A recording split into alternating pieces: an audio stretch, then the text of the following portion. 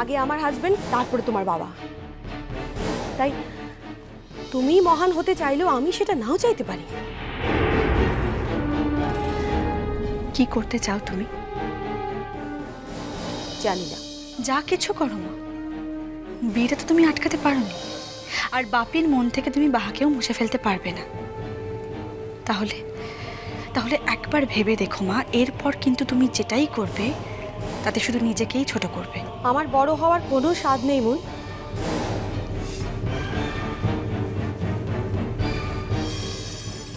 মা বলো। মা আমাকে প্লিজ মা, আমাকে তুমি হারিয়ে দিও না। আমি তোমাকে কি করে হারাবো মন? আজ পর্যন্ত তো তোমারই জয় হয়েছে। হ্যাঁ, তুমি যা চেয়েছো সেটাই হয়েছে, তোমার বাপি যা চেয়েছেন সেটাই হয়েছে। ইনফ্যাক্ট তোমার পরিবারের লোকেরা যা যা চেয়েছেন সেটাই হয়েছে। এই যে তোমার বাপি চেয়েছিলেন যে বাহার বিয়েতে পলাশবনি যাবেন, তিনি গিয়েছেন। তোমার বাপি চেয়েছিলেন যে তোমার ঠাম্মা আর পিসিমণিকে নিয়ে যেতে, তার ইচ্ছে পূরণ করার জন্য তুমিও তাদের নিয়ে গিয়েছিলে। এমনকি তোমার মাকে অসম্মান করে তোমার বাপির সম্মান রাখার জন্য তুমি নিজে ছুটে গিয়েছিলে সেই বিয়ের আসরে।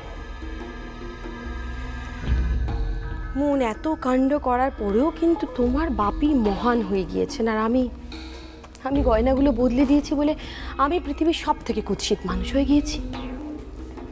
মা, ওই কাজটার কথা তুমি বলো না প্লিজ। ওটা যে তুমি কি ভয়ঙ্কর একটা খারাপ কাজ করেছো, সেটা যদি একবার তুমি রিয়েলাইজ করতে পারতে তাহলে কথাটা রিপিট করতে না। না, আমি কোনো অন্যায় করিনি।